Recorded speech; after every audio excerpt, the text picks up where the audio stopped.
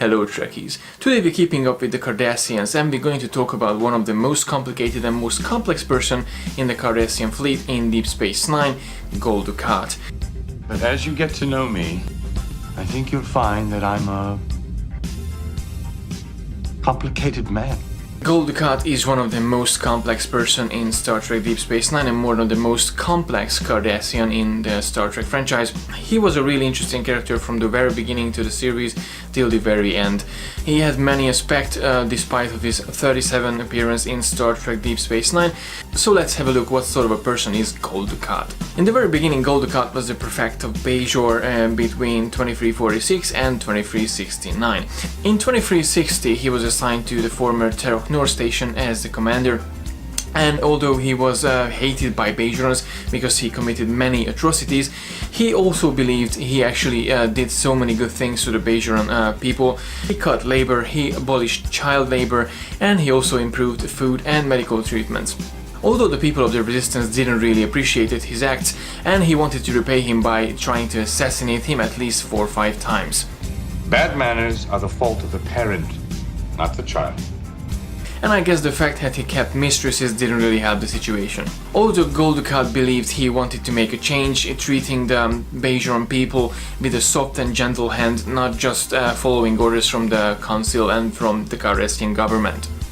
In 2369, when the Bajoran occupation ended, he played a major role communicating and interacting between the Cardassian government and the Federation. He really missed his old post at the very beginning, and when he faced with Commander Sisko, he actually made a comment on that. Sisko replied with a really interesting comeback.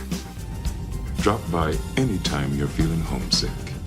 You're very gracious. Although the two had a mutual love-hate relationship, in 2370 Gul Dukat actually helped Benjamin Sisko investigating the Maquis. In 2372 he joined the Datafile Council and became the chief military advisor for the council. Later that year he accompanied by Kira Nerys to find the wreckage of the Ravnok and to find his old mistress, lover, Tora Napran, and his half Bajoran, half Cardassian daughter Ziyal. Well, originally he wanted to kill and eliminate both of them, but seeing Ziyal the first time, he weren't able to actually commit this crime, so he brought Ziyal back with him to Cardassia, facing all the effects that caused with his career. Later he captured and commanded a bird of prey that he wanted to present to the council as it could be a really big gain and a really good tactic against the Klingons. But sadly the Datafile Council rejected his plans.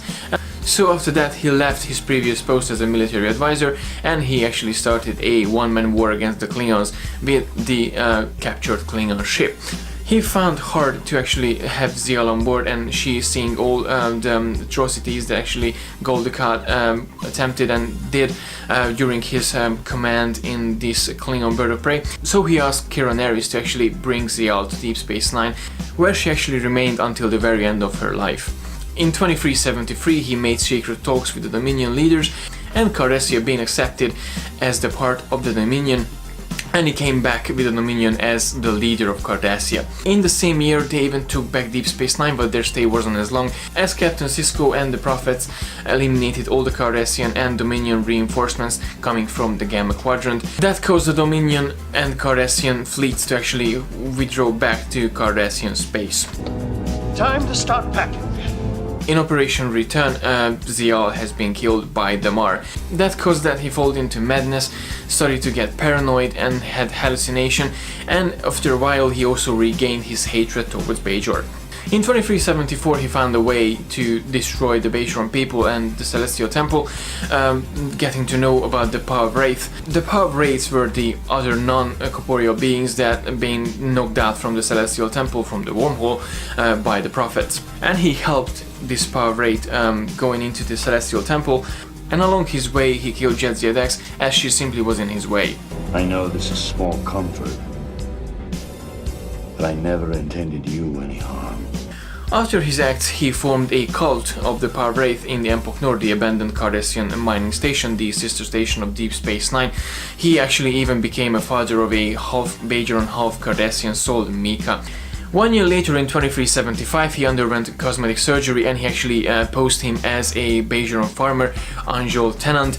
He went to Bajoran, he convinced Kai Wynn to join him and follow the power rate path, and they even had a little romance going on as well. They ended up in a fire caves where they actually released the power rate, but later Cisco, the emissary, came, and he eventually ended up Gul Dukat's life as well, jumping into the fire caves. Gul Dukat has been locked into the fire caves amongst the power rates, and Commander Cisco has been saved by the prophets. Gul Dukat didn't really have that much friend over the 7 years and over the years that we actually got to know him, although he had a really good relationship with Damar. Damar was the only one who actually got really close to him, and Damar was the only one who actually looked up to him as his master. He had a great, well-respected work relationship with Villan.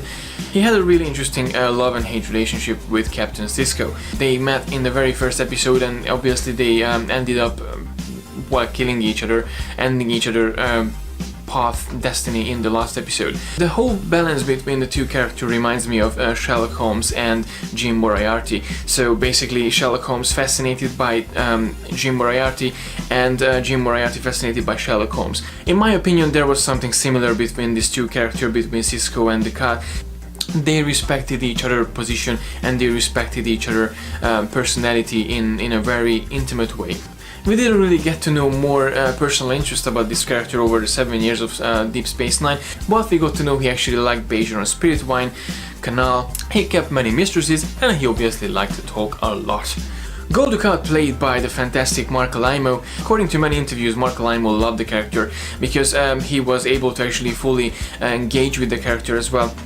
Not just playing a character that actually written in the script, he was able to form the character, and he was intrigued how the character was unfolding and how the character went into directions that the writers came up with.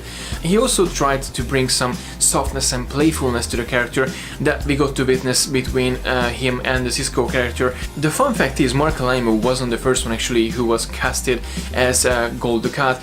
There was another actor called Michael McRae who was actually casted for Gul Dukat, but after 5-6 days the production team realized, okay, the guy lacks of interest of the character and of, you know, being in this franchise and being in this character. So eventually they got rid of him and they brought Mark Alaimo into the series. And even Jeffrey Combs, who played Brunt and Villan, he said he was a fantastic actor, and every time when he went into the makeup booth he came out as Gul Dukat. He wasn't Mark Alaimo, he was Gul Dukat.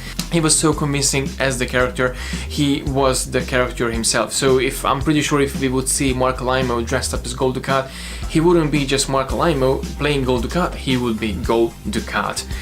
Apart from being very well known playing Gul Dukat in Star Trek Deep Space Nine, Mark Alaimo appeared in many other TV shows, just to mention a few: Star Trek The Next Generation in many times, in many characters, and Quantum Leap, and The A-Team, TJ Hooker, Knight Rider, and many more. Personally, I really enjoyed his character, and I really enjoyed the time when actually he spent on screen with Captain Cisco. As I said, their relationship and their little game that went on screen, it was just something beautiful to witness. This little Sherlock Holmes Jim Moriarty balance that happened to be Captain Cisco and Gul Dukat. I never considered him as a pure evil because he had many good sides. He also was the person who never gave up, and he also was a real survivor. So that was my little character data file about Gul Dukat from Star Trek Deep Space Nine.